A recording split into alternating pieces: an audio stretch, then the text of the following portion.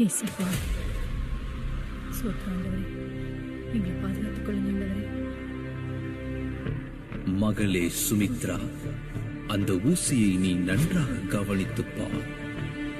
அது வெறும் தடுப்பூசி மட்டுமல்ல, அதற்குள்ளே சாத்தானின் முத்திரையும் மறைத்து வைக்கப்பட்டுள்ளது. அதை கவனமாக பார்.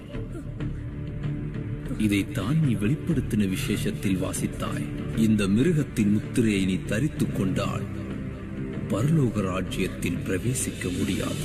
ஆண்டவரே, இப்ப நான் என்ன செய்யணும்பா? நீ அவர்களுக்கு இதை குறித்து எச்சரி. ஐயோ, யார் இந்த ஊசியை போடாதீங்க. நமக்கு ஏசப்பா பைபிள்ல சொன்ன மாதிரி இதுல சாத்தானோட முத்திரை இருக்கு. ஐயோ என்னடி? ஐயோ பாஸ்டர் கூட இப்பதான் சொல்லிட்டு போனாரு இது மாதிரிலாம் நடக்குதுன்னு. சுமத்ரா, உனக்கு பைத்தியமா முடிச்சு? ஐயோ, நான் சத்தியமா சொல்றேன், இதுல சாத்தானோட முத்திரை இருக்கு. இது நாம போட்டா நாம எல்லாரும் நரகத்துக்கு போயிடுவோம். என்னடி சுமித்ரா இப்படி சொல்றியா? ஆமா, அது உண்மைதான். சொல்றத கேளுக்கா, போடாதக்கா. ஏய் சுமித்ரா, உனக்கு என்ன பைத்தியமா பிடிச்சது? எங்கடா அவன் பாண்டி? பாண்டி ஐயா இது ஏப்ல என்ன வளர்னுகிற ஐயா முன்னாடி வாய மூடு.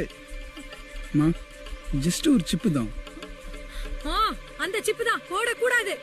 அம்மா கொஞ்சம் கவனிங்க, இது உங்க நன்மைக்காக தான் சிப்பு வைக்கிறது. நீங்க ஏன் பதட்டப்படுறீங்க?